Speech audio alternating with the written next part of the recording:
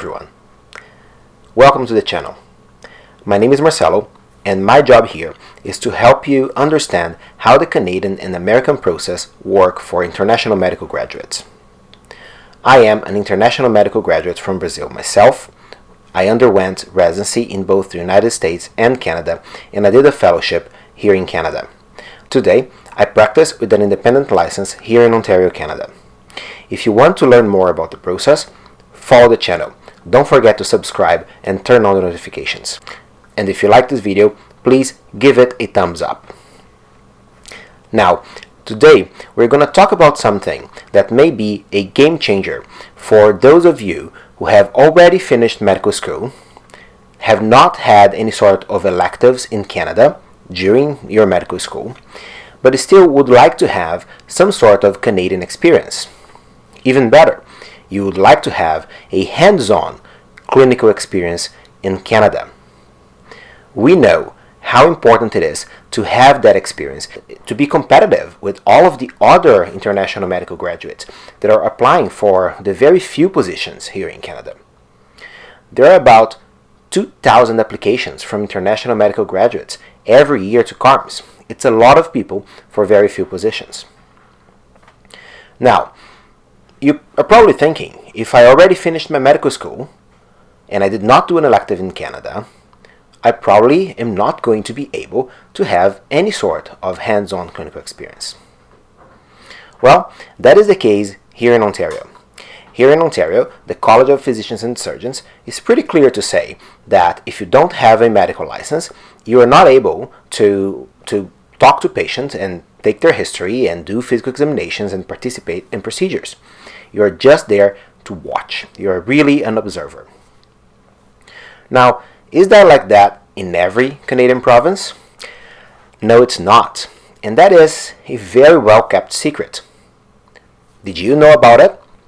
If you knew about it, just let me know in the comments. Now, if you really want to take this opportunity and use this opportunity, please watch until the end, because I'm actually going to tell you which are the provinces that allow you to do that. As you might very well know, there are 3 pillars in which to base your application for residency here in Canada, as in the United States. These pillars are a really good grade on the examinations. Here in Canada, it's the MCCQE. In the United States, it's the USMLEs. A clinical experience in the country where you wish to move to, and good letters of recommendation. Now, truly, the clinical experience and good letters of recommendation come hand in hand, because when you have a clinical experience and you can show your work and impress the attendings that you're working with, that's how you get your letters of recommendation in the country where you want to immigrate to. Now, if all you can do is shadowing, as here in Ontario, it's very hard to impress people. It's not impossible by any means. I know people who have done it. You go to a real observership that you really can only observe, but you have the opportunity to talk about the cases and participating rounds, and people ask you questions and you ask questions, and you can tell people, you can show people, I should say, what you're all about. So an observership like that is already good. Now, imagine if instead of only that, you're also able perhaps to get a history and do a physical examination and then present the case to your supervising physician. Yes, that's exactly what I'm talking about. And this is possible here in Canada, even if you already finished your medical school. Do you want to know more about it? Well, here it is. There are 3 provinces who will allow you to be an observer, but not only observe, also pretty much participate in the care of the patients. 2 of these provinces will ask you to get some sort of permit from their College of Physicians and Surgeons. One province has it a little less formal, but will also allow you to talk to the patients and do physicals under supervision. Yes, you are going to have to do an application for 2 of these provinces for the College of Physicians and Surgeons. Also, you are going to need on all 3 provinces a supervising physician to accept you to vouch for you, to often present a letter to the college saying that they are willing to take you. Even if they do not have to present that letter, they have to be willing to take you. If your supervising doctor works in their private clinic, that is a little bit easier because he or she won't have to get the permission of the hospital as well. If, however, like myself, the supervising doctor works in a hospital only, let's say he's a surgeon and he works in an OR in a hospital, he'll also need the hospital to sign off on that observership of yours. Sometimes he will even need the chief of staff to give a letter also supporting your application for that hospital to be a clinical observer.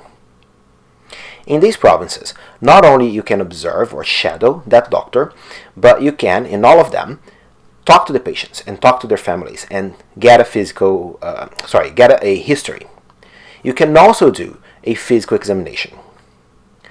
In some of them, you can even do medical procedures. Of course, assist in medical procedures, I should say. I shouldn't say do them. You're not going to ever do anything by yourself. You're always going to have to be supervised. In one particular province, they say that you work as a medical student. Well, if what you wanted was an elective, that is perfect, isn't it? So let's see which are these provinces and what are the requirements. The first province we're going to talk about is the province of Saskatchewan.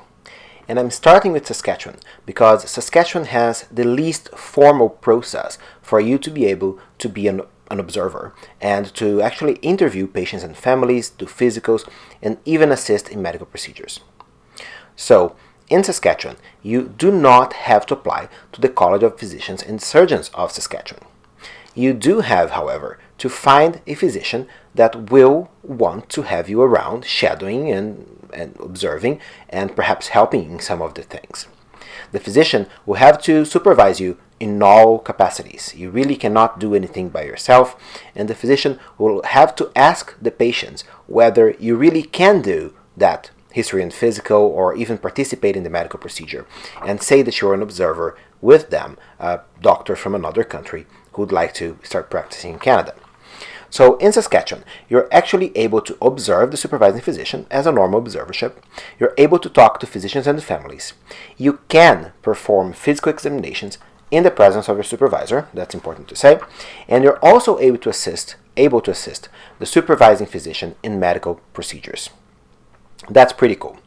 What you cannot do in Saskatchewan? Well, you cannot get paid for it. This is not a job. This is an opportunity for you to further your career. You cannot ever write anything on the chart. You cannot prescribe or you cannot give medical advice. You're not a doctor. They're also pretty specific that you cannot use the titles of assistant physician, physician assistant, clinical associate, or clinical assistant. Okay, next province. Let's talk about British Columbia. I know a lot of people would like to immigrate to British Columbia. It's a beautiful province. So in British Columbia, you do have to get a permit with the College of Physicians and Surgeons of British Columbia. For that, so you have to register as a clinical observer, you have to present them your medical degree, and your school has to be listed in the World Director of Medical Schools. And it has to have a Canadian sponsor note. You must have already passed your MCCQE1. So you should have that already. You should have already sent your medical degree and your MCC. It's already going to be in Physicians Apply, but your medical degree should have gone there and already be verified. Now, it's important to say you also have to be either a PR or a citizen or be legally able to live and work in British Columbia. So you have to have some sort of visa that allows you to be there. Then they also have an English requirement. If your first language is not English, you did not have your medical education or at least the patient interaction part of your medical education in English, then you have to have the IELTS, and you have to have a minimum of 7 in each part of the IELTS. You need to have certificates of professional conduct sent from your the place where you used to practice before, your home country or home province or state, directly to the College of Physicians and Surgeons of British Columbia, and you need to pay $140 for the application fee. Now, the last province we're going to talk about is Nova Scotia. Nova Scotia's process is similar to that of British Columbia. In Nova Scotia, you also have to apply to the College of Physicians and Surgeons of Nova Scotia. So their requirement is that you have to be a graduate from a medical school, you have to have a letter of support of at least one physician who is licensed independently in the province of Nova Scotia that will support your application. You have to have a character reference from a known relative that has known you for at least 5 years. So perhaps your boss, perhaps your program director, somebody who knows you in a professional situation would be great. This person has to be acceptable to the college, to the registrar, so choose wisely. And you have to have all your documents source verified by physiciansapply.ca. In Nova Scotia, you may observe any aspect of patient's care, and that's, of course, what an observership generally is. You may view medical records, and you may conduct clinical assessments or history and physical. So you can take a history, you can do a physical exam under direct oversight, of course.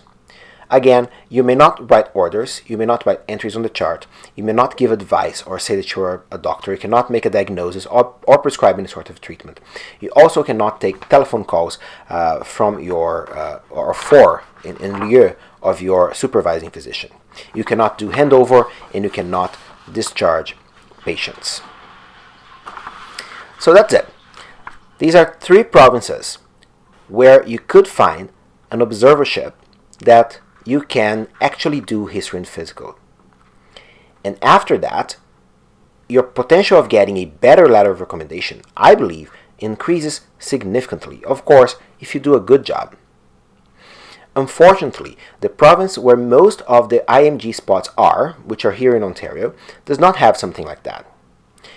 Quebec, which also has all the residency spots in a competitive stream where IMGs compete along with Canadian medical graduates, also do not allow for that. But it's not to say that you cannot go do your observership in British Columbia or in Nova Scotia or in Saskatchewan, get an awesome letter of recommendation, and then apply for residency in all of these places.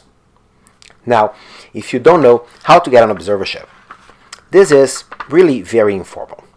The best way of finding that out is to search online for observership and put the province where you want to go. So you can say observership British Columbia, observership Nova Scotia, observership Saskatchewan, perhaps medical observership. And you will find some hospitals that might already have some sort of process in place on how to do that. You can also, if you're already in these places and if you already have a contact, let's say with a family physician, if you want to do family medicine, you can also ask them if you could do that. Again, this is more of an informal process. It's not as formal as a residency or a fellowship.